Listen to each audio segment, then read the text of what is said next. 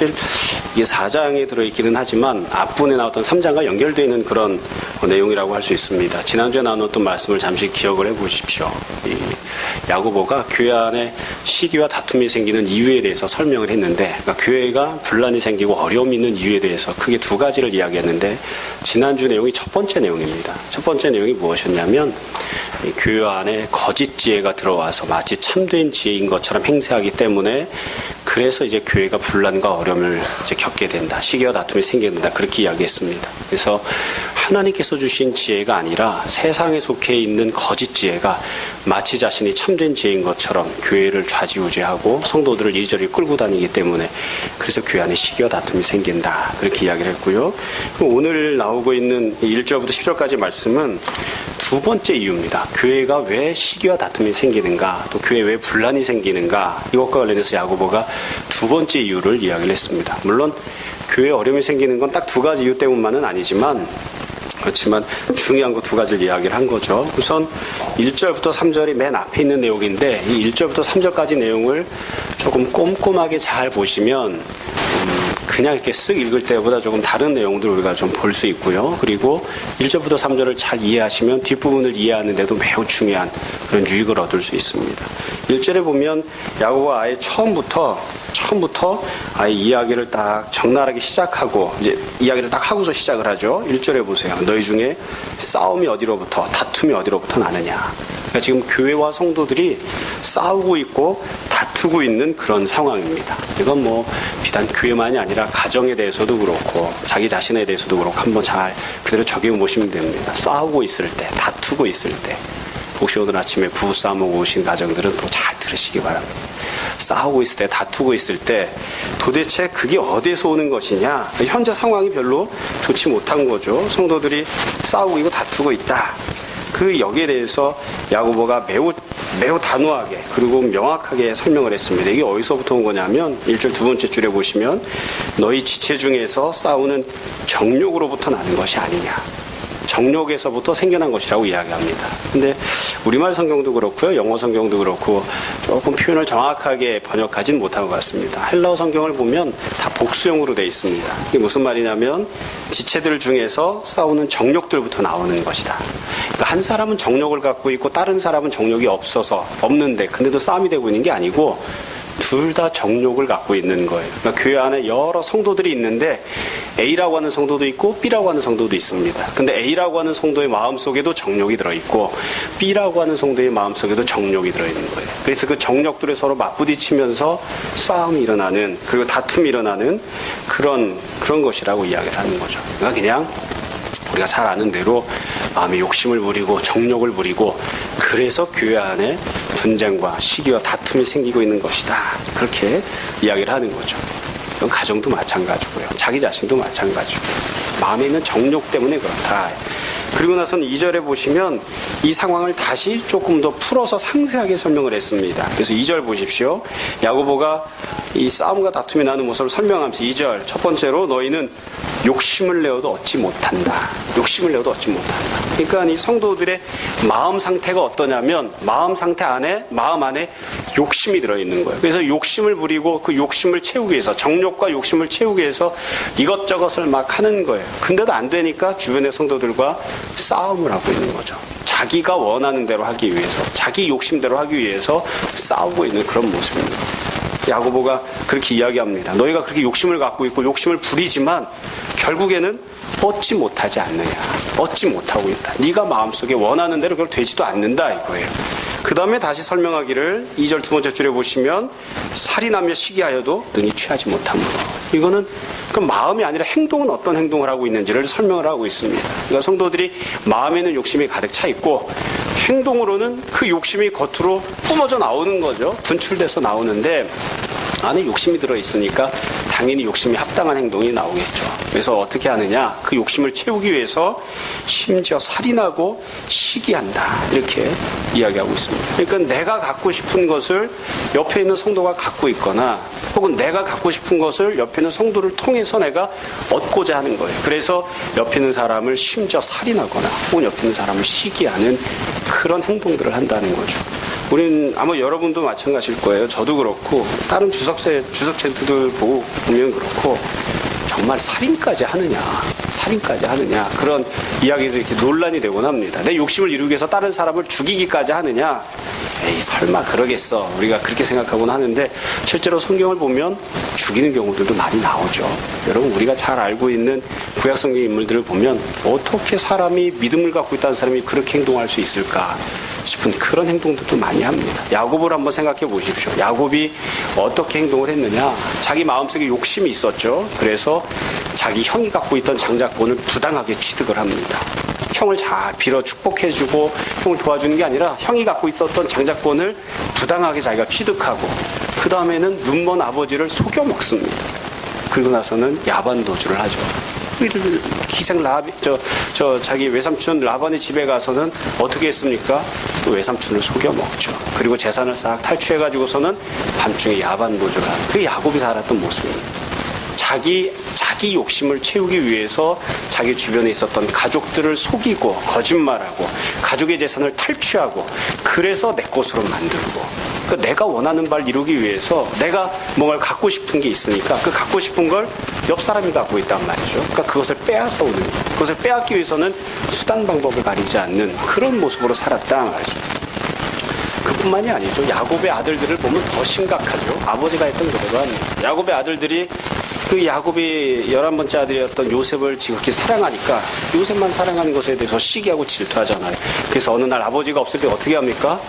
요셉을 잡아가지고 죽이려고 합니다. 원래는 죽이려고 했는데 팔아치우고 돈이라도 챙기자. 그래서 자기 동생을 애굽에다가 노예로 팔아버리는. 그리고선 자기 욕심을 채우잖아요. 그리고 자기 아버지랑 똑같이 행동하죠. 집에 돌아와서 아버지를 속입니다. 아버지한테 거짓말하고 속여먹고 그래서는 자기 욕심을 이루려고 하는, 그게 이 성경에 나왔던 사람들이 살았던 모습이에요. 자기 욕심을 이루기 위해서 옆에 있는 사람을 거짓말하는. 우리가 뭐 다 잘 아는 내용이에요. 야곱은 원래 나쁜 놈이었으니까 아니에요. 야곱만 그런 게 아니라 훌륭한 사람이라고 했던 다윗도 마찬가지였습니다. 다윗이 어떻게 했나요? 자기 욕심을 채우기 위해서 자기 동료의 아내를 간음하고, 그리고 자기 동료의 아내를 자기가 데리고 살기 위해서 어떻게 했죠? 자기 동료를 말 그대로 살인을 했습니다. 죽였습니다. 그게 다윗이 했던 행동입니다. 그러니까 지금 야고보가 하고 있는 이야기가 과장되게 하고 있는 이야기가 아니에요. 너희가 마음속에 욕심이 있고 그 욕심을 겉으로 분출하고 뿜어내서 그 욕심을 채우기 위해서 옆에 있는 사람에게 거짓말하고 옆에 있는 사람에게 상처를 주고 옆에 있는 사람의 것을 빼앗아오고 옆에 있는 사람을 죽이고 시기하는 그런 악한 행동을 하고 있다. 내가 마음에 간절히 원하는 것, 내가 갖기를 원하는 것을 어떻게 얻느냐?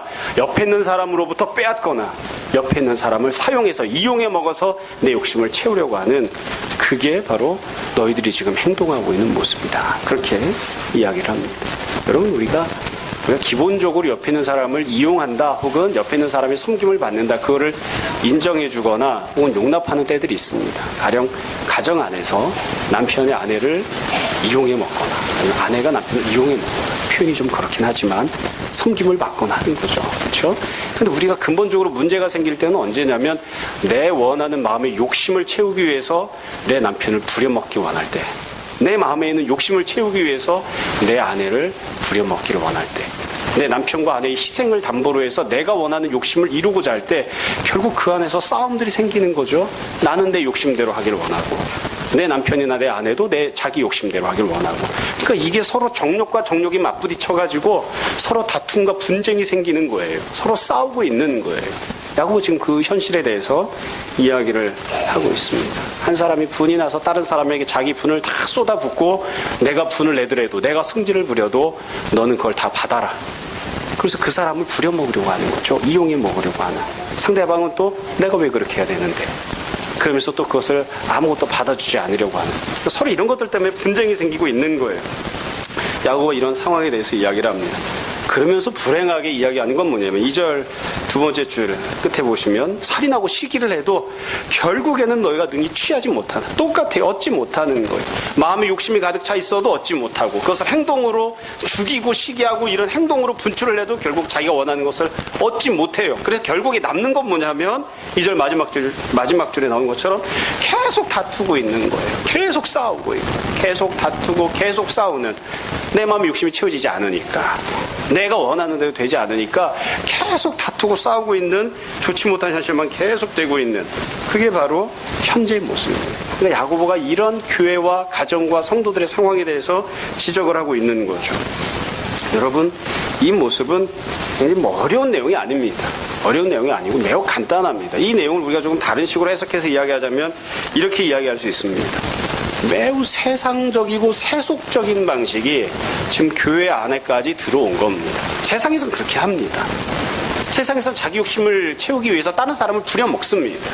내가 조금 더 돈을 많이 벌기 위해서 내가 일을 부린 다음에 그 사람에게 봉급을 조금 덜 주려고 하거나 띄어먹으려고 하거나, 여하튼 내 욕심을 채우기 위해서 다른 사람의 것을 빼앗아 오려고 합니다. 죽여서라도 내 욕심을 채우려고 하는 거예요. 죽이지 않으면 죽는다.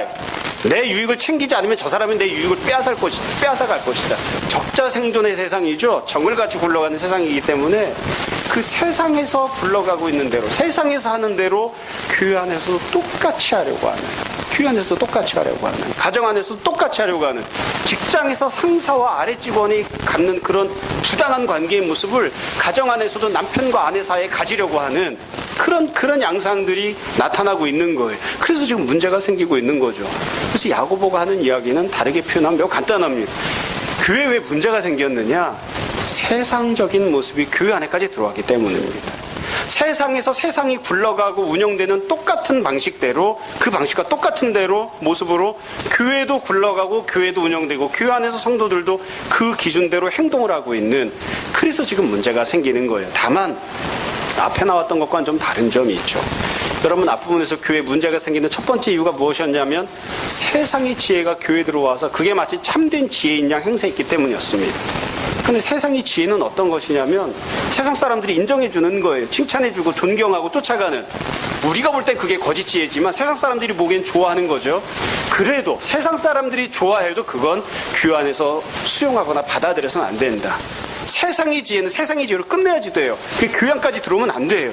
근데 세상 사람들이 좋아하는 게 교회 안에 들어와도 문제인데, 심지어 하물며 지금은 어떠냐면 세상 사람들이 볼 때도 그건 좋지 않다고 얘기하는 거예요. 싸우는 거, 다투는 거, 그건 별로 좋지 않아. 그런 것들까지 교회 안에 들어와 있는, 그러니까 당연히 문제가 생기겠죠. 세상의 지혜가 교회 안에 들어와서 지혜인 척하면 교회에 시기와 다툼이 생깁니다. 근데 세상이 굴러가고 있는 세상 사람들도 저게 뭐야 도대체, 왜 싸우고 저렇게 해서 지내는 거야, 서로 화목하게 지내야지, 그렇게 이야기하는 그런 모습이 지금 교회 안에 들어와 있어. 당연히 교회 안에 싸움과 분쟁이 생길 수밖에 없는 것이죠. 그래서 지금 야고보가 그렇게 이야기를 합니다. 너희들이 왜 지금 싸우고 다투고 있느냐? 세상적인 모습으로 행동하기 때문이 아니냐. 세상적인 모습으로 세상 사람들이 하는 그대로 하고 있기 때문에 너희들이 싸움과 다툼을 지금 벌이고 있는 것이 아니냐. 네가 세상 사람과 다른 게 뭐냐? 지금 그렇게 이야기를 하고 있습니다. 야고보는 이렇게 이야기를 한 다음에 그러면 어떻게 해야 하는가, 여기에 대한 해결책도 제시를 했습니다. 어떻게 하는 것이 성도답게 살아가는 것인지 그 뒤에 본문에 보면 제시를 했는데, 여러분 2절 뒷부분을 보십시오. 2절 뒷부분을 보시면 야고보가 중요한 내용 두 가지로 설명을 했습니다. 우선 첫 번째 내용을 제가 읽어드릴게요.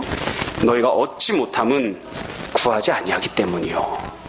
여러분, 이 부분은 우리가 야고보서를 그냥 우리가 갖고 있는 한글 성경으로 보시면 그냥 쭉쭉쭉 그냥 읽고 넘어가면 그런가 보다 하고 넘어갈 수도 있는데, 가만히 잘 보시면 아주 독특한 표현입니다. 야고보가 뭐라고 했냐면 너희가 얻지 못한다. 너희가 얻지 못한다. 이건 방금 전에 했잖아요. 마음에 욕심이 있어도 얻지 못한다. 욕심을 분출시켜서 죽이고 시기하고 그래도 얻지 못한다. 그렇게 얻지 못하고 있어요. 근데 왜 그렇게 얻지 못하느냐? 야고보가 뭐라고 설명했냐면 구하지 않기 때문이다, 이렇게 설명을 했습니다. 이게 참 묘한 설명입니다. 왜냐하면 사실 많이 구하고 있거든요. 많이 구하고 있잖아요.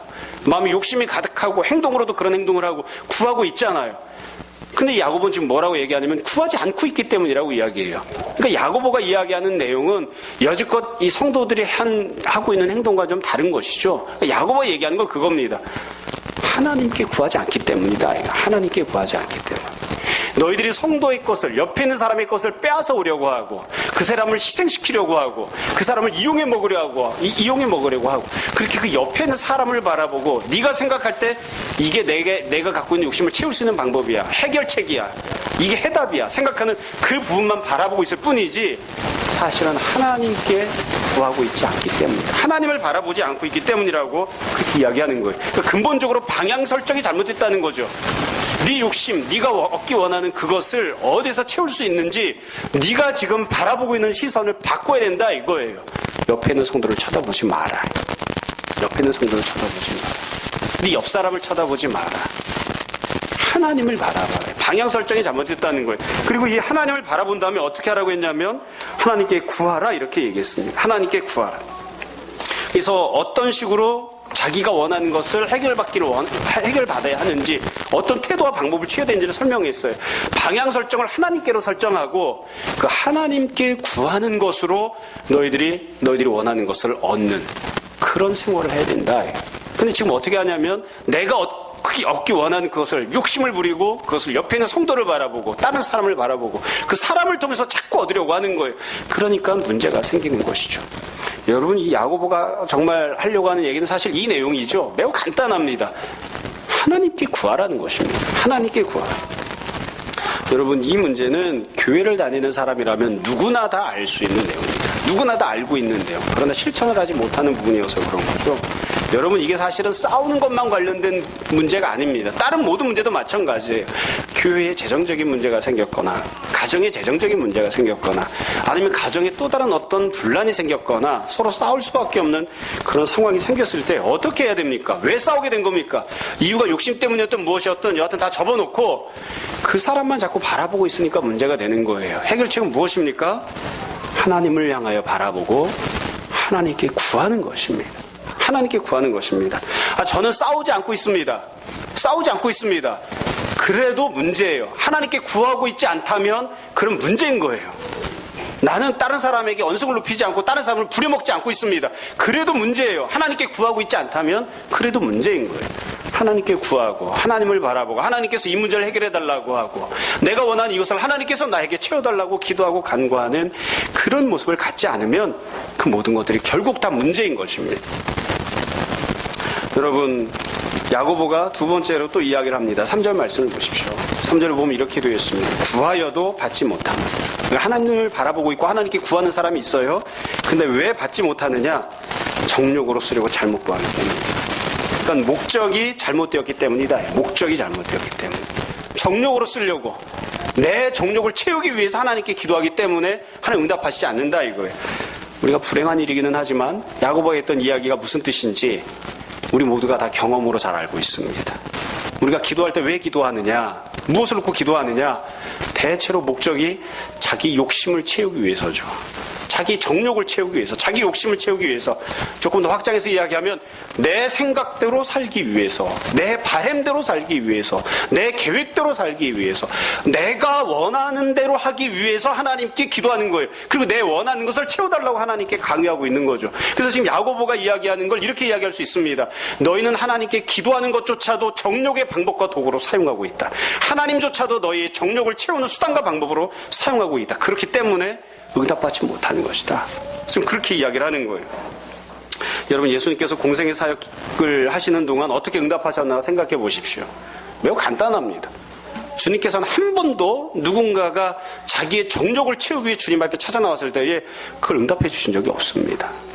예수님 병든 사람 고쳐주셨습니다. 하지만 병든 사람을 고쳐주셨지만 정욕을 원하는 사람에게 정욕을 채워주신 적은 없어요. 예수님께서 굶주린 사람에게 배분을 주셨습니다. 그러나 중산층으로 살고 있는 사람에게 떼부자로 만들어주신 적은 없어요. 예수님께서 어리석은 사람에게 지혜를 주신 적이 있지만 그러나 1등하는 놈 전교 1등하게 해주신 적은 없어요. 그 모든 부분을 다 우리가 주님 앞에 갖고 나서 기도해야 되겠지만 그러나 주님께서 응답하시고 주님께서 채워주실 때에 누군가가 갖고 있었던 자기 욕심을 채우기 위하여 주님을 수단과 방법으로 사용하려고 하는 자기 정욕을 채워달라고 하는 그런 기도와 간구에 대해서 예수님께서 응답하신 적이 없어요. 이건 초대교회 때도 마찬가지입니다. 제자들이 성도들이 복음을 증거하다가 핍박을 받고 감옥에 갇히고 환난과 어려움을 당했을 때에 주님께서 기적을 베풀어 주시고 은혜를 베풀어 주신 적들이 참 많이 있었죠. 그러나 성도들로 하여금 높은 신분에 올라가게 하고 잘 먹고 잘 사는 사람이 되게 하고 그래서 때깔나게 해가지고 정말 보란듯이 뭔가 이렇게 내세울 수 있게 하는 그런 식으로 하나님께서 응답하시거나 역사하신 적은 없어요. 여러분, 그런 것들을 전혀 구하지 말라는 뜻은 아닙니다. 그러나 우리가 우리 스스로에 대해서 솔직하게 잘 생각해 봐야 되는 거예요. 내가 그것을 구하는 것이 입술로는 주님의 영광을 위해서 구하는 것이라고 이야기하지만 실제로도 그런가? 실제로도 그러한가? 내가 주님의 뜻이라면 내가 내려놓고 주님의 영광을 위해서라면 내가 희생하고 헌신하겠습니다. 내가 그런 모습으로 기도하는가? 아니면 내가 예수님을 믿었으니까 예수님이 나의 정욕을 채워주십시오. 내가 예수님 앞에 기도하니까 예수님께서 내가 바라는 대로 다 해주십시오. 우리가 그런 모습을 갖고 있는가? 잘 생각을 해봐야 됩니다. 여러분, 다시 한번 말씀드립니다. 기도 생활도 자기 정욕을 따라서 하는, 하나님도 자기 정욕을 채우기 위한 수단과 방법으로 사용해버리는 그런 모습을 갖지 말라. 그렇기 때문에 너희 안에 여전히 다툼이 있고 여전히 만족함이 없는 것이다. 야고보가 지금 그렇게 이야기를 합니다. 그 뒤에 야고보가 이야기를 조금 더 진전을 시켜나갑니다. 여러분, 4절 말씀을 보십시오. 4절에 보시면 현재 상황과 관련해서 조금 더 심각한 이야기들을 한 가지를 더하고 있습니다. 4절에 보면 이렇게 출발을 합니다. 가늠한 여인들아, 가늠한 여인들아. 아마 이 가늠한 여인들의 여기까지 읽은 다음에 좀 자의식이 강하신 자매분들은 성경에 밑줄을 이렇게 쫙쫙 엑스표를 쳐버리고 싶을지도 모르겠어요. 가늠 남자가 더 많이 하는데 뭐 여자만 여기다가, 그렇죠? 근데 그 뒤에 보시면 여자들만 문제가 아니고 누구든지 세상과 벗이 되고자 하는 자는, 그러면서 여자만 문제로 삼고 있는 건 아니에요. 여기서 여자냐 남자냐가 중요한 게 아니고 더 중요한 건 이 여자들이 성도라는 점입니다. 그러니까 가늠한 성도들을 향해서 지금 이 야고보가 이야기를 하는 거예요. 가늠한 여인들아. 그러면서 뭐라고 이야기했냐면 세상과 벗된 것이 하나님과 원수됨을 알지 못하느냐. 그렇게 이야기를 했습니다. 여러분, 이 내용은 한 걸음 더 나아간 모습입니다. 뭐냐면 간음이라고 하는 것이 무엇입니까? 자기의 정욕을 채우기 위해서, 자기 욕심을 채우기 위해서 죄를 짓는 것입니다. 그게 간음입니다. 근데 이 간음은 여지껏 나왔던 것과 좀 다른 면이 있어요. 뭐냐면 세상 사람들도 이건 손가락질을 해요.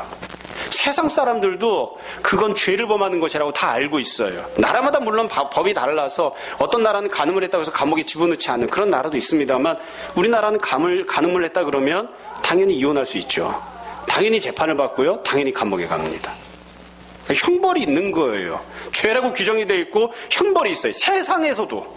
그러니까 지금 야고보가 뭐라고 이야기하냐면 너희는 교회 안에서 성도들을 향해서 너희 정욕을 채우기 위해서 세상적인 방식으로 행동하고 생활을 한다. 뿐만 아니라 너희 정욕을 채우기 위해서 교회 밖에서조차, 이게 교회 안에 사람들이랑 같이 가늠하면 더 문제고요. 세상 사람들이 손가락질하고 죄라고 이야기하고 세상에서도 심판을 면할 수 없는 그런 행동들을 너희가 서슴지 않고 행동하고 있다. 다 너희가 정욕을 채우기 위해서 그렇게 행동하고 있는 것이 아니냐. 너희 살고 싶은 대로 살려고, 너희 욕심을 채우려고 지금 그렇게 하는 게 아니냐. 그러니까 앞부분에서는 세상 사람들이 죄라고 이야기하진 않지만 세상적인 방식으로 교회 안에서 행동하고 있는 것에 대해서 지금은 세상 사람들조차 그건 옳지 않아, 그건 악한 일이야, 그건 죄 짓는 거야, 그건 벌 받아야 돼, 그렇게 이야기하는 모습으로. 그러니까 이 교회 성도들이 지금 어떻게 살고 있냐면 세상 사람들 앞에서도 얼굴을 들 수 없는 모습으로 자기 정욕대로만 살고 있는 거예요. 자기 욕심을 채우기 위해서만 살고 있는. 참, 그 당시 성도들이 살고 있었던 모습이죠. 이 모습에 대해서 야고보가 그렇게 이야기합니다. 이렇게 하는 것은, 세상과 벗된 것은 하나님과 원수가 되는 것이다. 여러분, 이 부분도 우리가 잘 생각해 봐야 됩니다. 간음을 했다고 해서 성도들 사이에 다툼이 생기진 않습니다. 교회 안에 분란이 생기진 않습니다. 그러나 간음이라고 하는 죄를 범하면 세상 사람들이 손가락질하는 그런 방법을 통해서라도 네가 네 정욕을 채우고자 한다면 네가 하나님과 원수가 되는 그런 결과를 낳게 될 것이다. 앞에 있는 것도 사실은 마찬가지죠. 성도들끼리 싸우고 다투면 그것도 하나님과 원수가 되는 것입니다. 지금은 근데 더 적극적으로 이야기하는 거예요. 결국 야고보가 이야기하는 내용은 매우 간단합니다. 너희가 정욕대로 살면 어떻게 되느냐. 교회 안에는 분쟁이 생기고 너희는 하나님과 원수가 될 것이다. 지금 이미 그런 모습이 아니냐, 그렇게 이야기하는 거예요. 사실 이 야고보가 이야기하는 이 3절 4절 내용을 놓고 보면 우리가 우리식으로 이야기하면, 좀 편안하게 이야기하자면 아주 꼴값을 떤다, 이렇게 얘기할 수 있습니다. 가지가지 한다. 가지가지 한다. 어떻게 이렇게 할 수 있을까? 교회가 이렇게 할 수 있을까? 교회가 하나님 뜻대로 순종하는 게 아니라 아주 별 꼴값을 다 떠내, 그렇게 이야기하는 거예요. 니네가 지금 세상 사람들 사는 대로 살아? 아니, 세상 사람들도 손가락질하는 그런 행동을 해? 지금 그렇게 지금 야고보가 이야기하는 거예요. 그게 다 무엇 때문에? 니네 욕심 때문에. 니네 살고 싶은 대로 살자고. 참 이게 교회가 이래서는 안 되는데 그런 거죠. 아마 여러분들 뉴스나 이렇게 보신 분들은 아마 어제 그저께 참 아마 교회 다니는 성도들은 난리가 난 그런 뉴스가 있었죠. 서울 나들목 교회 우리 교단입니다. 저희 신학교를 같이 다녔던 분인 거죠. 우리 교단인 서울 나들목 교회 박원영 목사님이란 분이 그 교회에서 박정희 추모 예배를 드렸죠. 참 저는 어제 보면서 할 말이 없었습니다. 한마디로 이야기해서 그냥 목사가 이런 말을 쓰면 좀 그렇지만 꼴값뿐만 아니라 별 지랄을 다 하죠. 정말 욕이 막 나오니 우리가 흔히 이야기하는 식으로 이야기하면 저 목사를 우리가 천국 가서 만날 수 있을까? 저는 그런 생각을 했습니다. 이건 일제시대도 아니잖아요. 누가 시키는 것도 아닌데 자기가 알아서 우상숭배를 하잖아요. 그 추모 예배를 보면서 우리가 분명하게 한 가지 사실을 알 수 있죠. 여러분 추도 예배 드리지 마십시오. 추도 예배는 우상숭배입니다. 박정희가 천국 가 있을까요? 지옥 가 있을까요? 확실하게 뭐라고 얘기는 못하겠어요. 제가 천국 안 가봤으니까. 천국에 갔어도 마찬가지고 지옥에 갔어도 마찬가지입니다. 절대로 사람은 예배의 대상이 아닙니다. 예배는 오직 하나님께만 드리는 것입니다. 예배 시간에 누군가를 칭찬하거나 칭송하거나 찬양하는 것 절대로 해서는 안 되는 일입니다. 왜 추도 예배가 있죠? 우리나라 늘 제사 드렸기 때문에 제사 드리지 말라고 하니까 너무 반발이 심해서 그거를 어떻게든 무마하기 위해서 추도 예배를 만든 거예요. 저는 여지껏 한 번도 추도 예배 오라고 부름받은 적도 없지만 불러도 안 갈 거예요. 왜 추도 예배를 드려요? 추모 예배랑 추도 예배는 다르다는 얘기 하지 마세요. 똑같은 거예요. 그냥 부모님 돌아가신 날이 있으면 그냥 모여서 가족끼리 예배 드리세요. 하나님께 예배 드리면 돼요. 나를 낳아주셨던 부모님이 이미 돌아가셨다. 그분은 천국에 가서 하나님께 예배 드리고 있을 거예요. 그분은 하나님께 예배 드리고 있는데 왜 우리가 그분을 기억하고 예배를 드리냐고요. 믿지 않고 지옥에 갔다. 그 사람이 이미 지옥 가서 심판받고 있어요. 왜 그 사람을 생각하고 예배를 드리느냐고요. 별 신기한 일을 다 하죠. 세상 사람들도 알고 있습니다. 우상숭배하면 안 된다는 걸 잘 모르는 세상 사람들도 알아요. 저 교회가 저게 뭐 하는 거야 저게? 우리 교단은 십자가도 우상이 된다고 해서 강대상도에 십자가도 걸지 말라고 합니다. 근데 이게 뭐냐면 자기 하고 싶은 대로 다 하고 있는 거죠. 하나님을 자신들의 정욕을 이루기 위한 방법. 왜 그렇게 했는지 모르겠어요. 어제 잠깐 동영상을 보니까 박원영 목사님이라는 분이 말씀하시는데 보니까 정확하진 않지만 그 박근령이라고 하는 분이 아마 그 교회를 출석하시나 봐요. 그러니까 자기 교회 성도니까 그렇게 한 것 같아요. 성도가 하나님입니까? 성도를 위해서 예배를 수단으로 쓰면 안 돼요. 성도의 비를 맞추기 위해서 하나님 말씀을 그렇게 하면 안 돼요. 조금만 얘기하려고 마음먹었기 때문에 여기까지만 하려고 합니다. 더 이야기 안 해도 다 잘 아실 거예요. 하나님은 사람이 아닙니다. 그리고 사람은 절대로 하나님이 아닙니다. 내가 원하는 것이 하나님의 뜻이라고 항상 그렇게 확신하면 안 됩니다. 내가 원하는 대로 내가 원하는 대로 이루어지는 것은 내 욕심을 이루는 것이지 하나님의 뜻이 이루어지는 것이 아니에요. 그걸 항상 잘 구별을 해야지 돼요. 물론 내가 하나님 뜻대로 무언가 마음을 품고 있으면 그럼 좀 다르다고 할 수 있겠죠. 그러나 잘 구별을 해야지 돼요. 내가 왜 속상한지, 내가 왜 자꾸 분란을 일으키는지, 내가 왜 자꾸 다툼을 이루는지, 내 마음 안에 화평이 없는지, 내가 내 욕심을 이루려고 하기 때문이 아닌가. 내가 하나님을 대적하고 내가 성도들을 대적하고 내 욕심을 이루기 위해서 내가 바라는 대로 살기 위해서 지금 다툼과 분쟁이 생기고 있는 것은 아닌가. 잘 생각을 해봐야지 돼요. 야고보가 지금 그런 현실에 대해서 이야기합니다. 여러분, 야고보가 무엇이라고 이야기합니까? 하나님과 원수가 되는 것이다. 그렇게 이야기를 했습니다. 그리고 나서 4절 뒷부분에는 다른 내용이 없죠. 그럼 어떻게 해야 되는가? 여기에 대한 설명이 없어요. 어떻게 해야 되는가에 대한 설명은 간단하죠. 하나님과 벗이 되라. 하나님과 벗이 되라. 그리고 어떻게 하나님과 벗이 되는 것인지에 대해서 5절부터 설명하기 시작합니다. 5절부터 설명하기 시작합니다. 그러니까 1절부터 4절까지는 현재의 교회의 상황에 대해서 무엇이 죄악인지를 설명한 거예요. 간단하게 말씀드리면 이렇게 이야기할 수 있습니다. 네가 이웃 성도를 향하여서도 그리고 하나님 앞에서도 네가 교회에서 신앙생활하는 것에 있어서나 일상생활하는 데 있어서나 네 욕심대로 네가 바라는 대로 살려고 하고 있다. 그래서 지금처럼 성도들과도 화목하지 못하고 하나님과도 화목하지 못한 것이다. 그따위로 살지 마라. 지금 야고보가 그렇게 이야기합니다. 그럼 어떻게 해야 되는가? 5절부터 내용을 간단하게 말씀을 드리려고 합니다. 5절부터 내용도 우리가 다 잘 알고 있는 내용이고 또 우리가 순종하지 못해서 그렇죠. 자, 5절 말씀 보십시오. 5절 말씀이 5절부터 10절까지 말씀을 이해하는 데서 가장 중요한 표현입니다. 여러분 5절 말씀을 보십시오. 5절 보면 제가 읽어드릴게요. 이렇게 야고보가 선언합니다. 너희는 하나님이 우리 속에 거하게 하신 성령이 시기하기까지 사모한다 하신 말씀을 헛된 줄로 생각하느냐. 여기 보면 야고보가 아주 중요한 내용을 선포했습니다. 여기서 제일 중요한 내용이 뭐냐면 하나님께서 우리 속에 거하게 하신 성령입니다. 다시 이야기하면 이거예요. 우리 속 안에는 성령님이 거주하고 계십니다. 성령님이 거주하고 계십니다. 앞부분에서 1절에서 4절까지 야고보가 뭐라고 이야기했죠? 우리 속 안에 무엇이 있어요? 정욕이 있어요.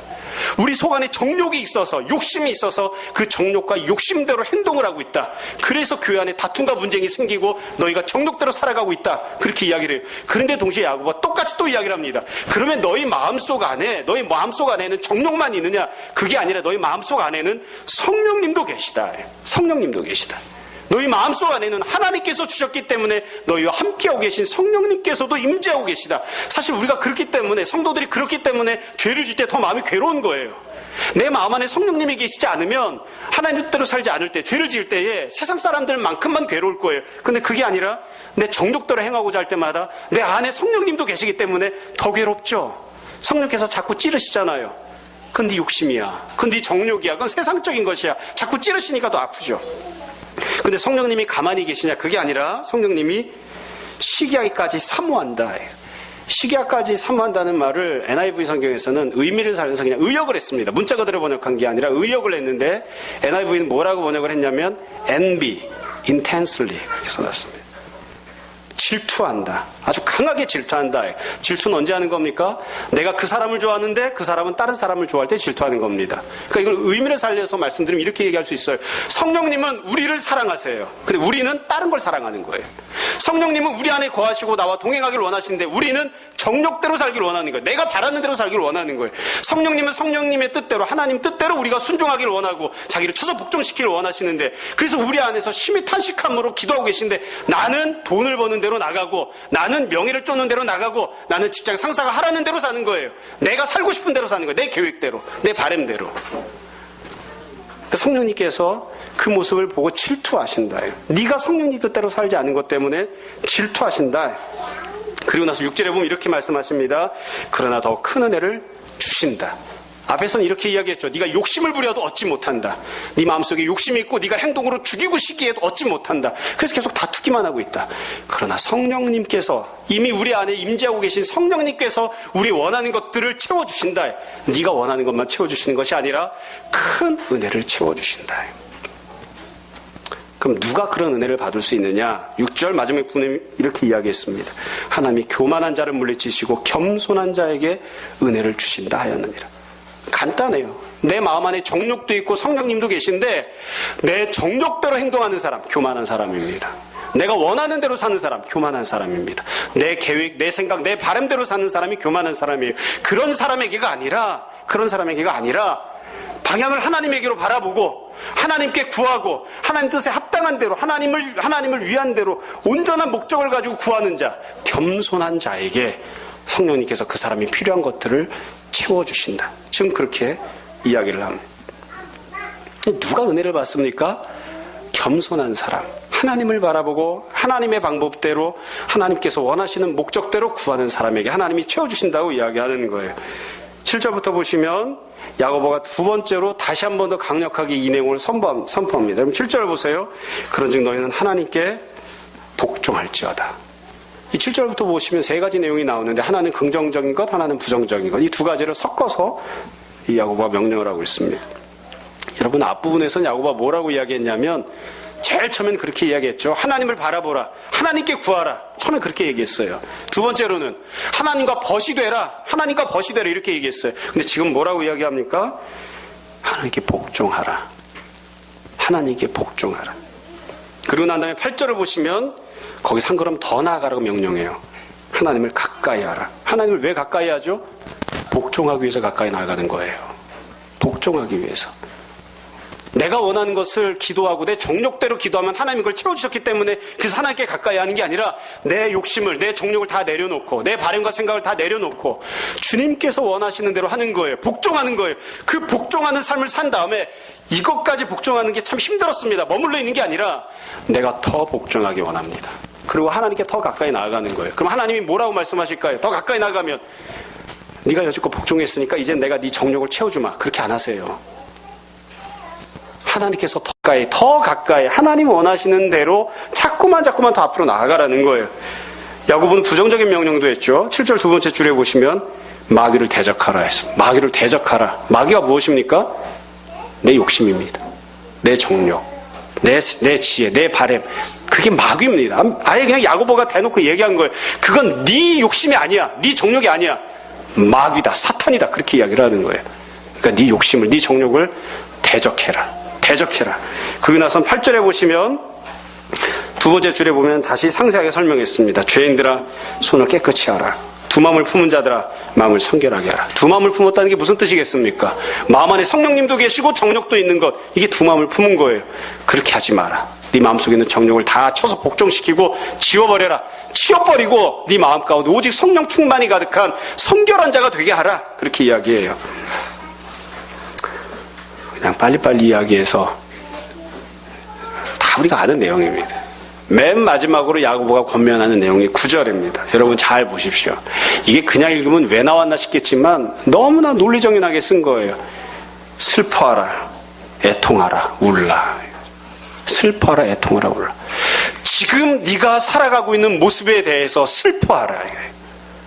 내 욕심을 채우겠다고 발버둥 치고 있는, 내가 원하는 대로 살겠다고 발버둥 치고 있는, 그래서 때로는 무언가를 얻었지만 여전히 얻지 못했기 때문에 계속해서 다투고 있는 현재의 너의 모습에 대해서, 세상적인 모습이 네 안에 들어와 있어서 너를 여기저기로 끌고 다니고 있는 모습에 대해서, 세상에서 손가락질하는 죄를 범해서라도 내 욕심을 채우겠다고 하는 그와 같은 너의 모습을 바라보면서 슬퍼하라, 애통하라, 울어라.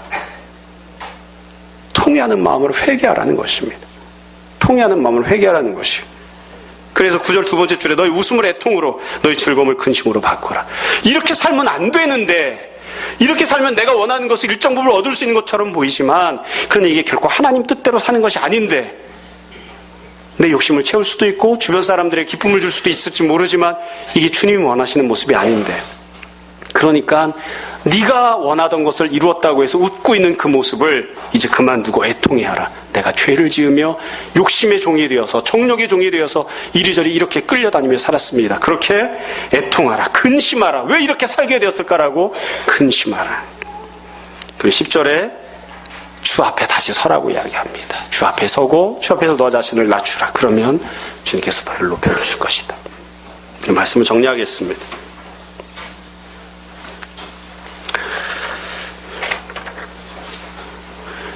제가 쭉 이야기를 했지만 별로 내용이 어렵지 않습니다. 간단합니다. 내가 지금 다툼이 있을 때, 성도들끼리 다툼이 있을 때, 하나님과 화목하지 못하고 있을 때 왜 그런지 이유를 한번 생각해 보십시오. 혹시 정욕 때문은 아닙니까? 내가 욕심을 부리고 있기 때문은 아닙니까?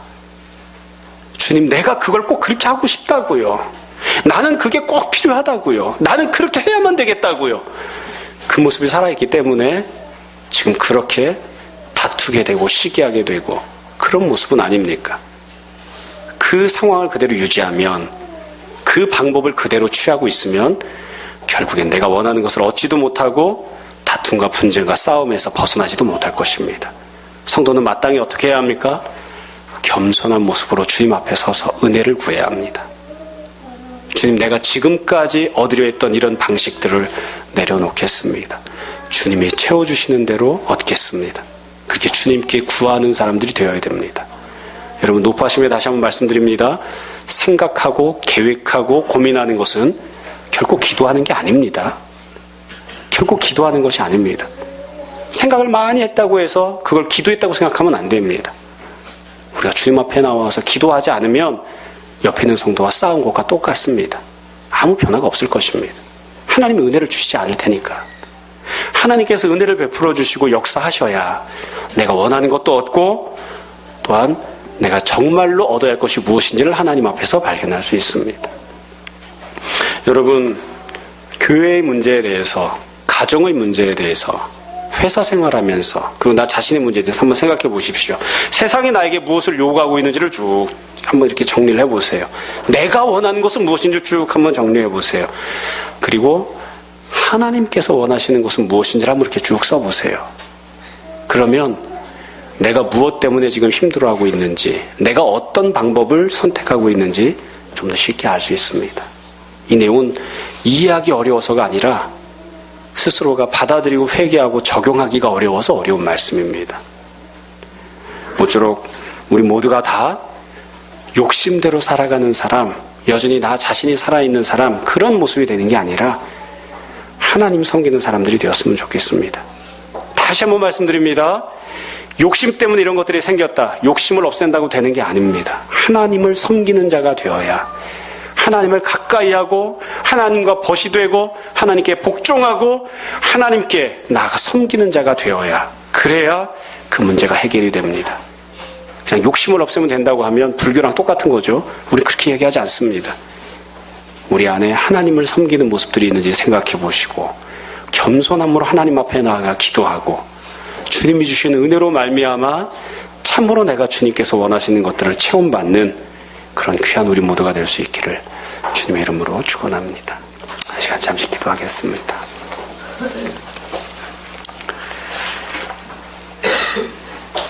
오늘 말씀을 정돈해 보십시오. 그리고 이 시간 함께 우리 회개와 결단의 기도합시다. 함께 기도하겠습니다.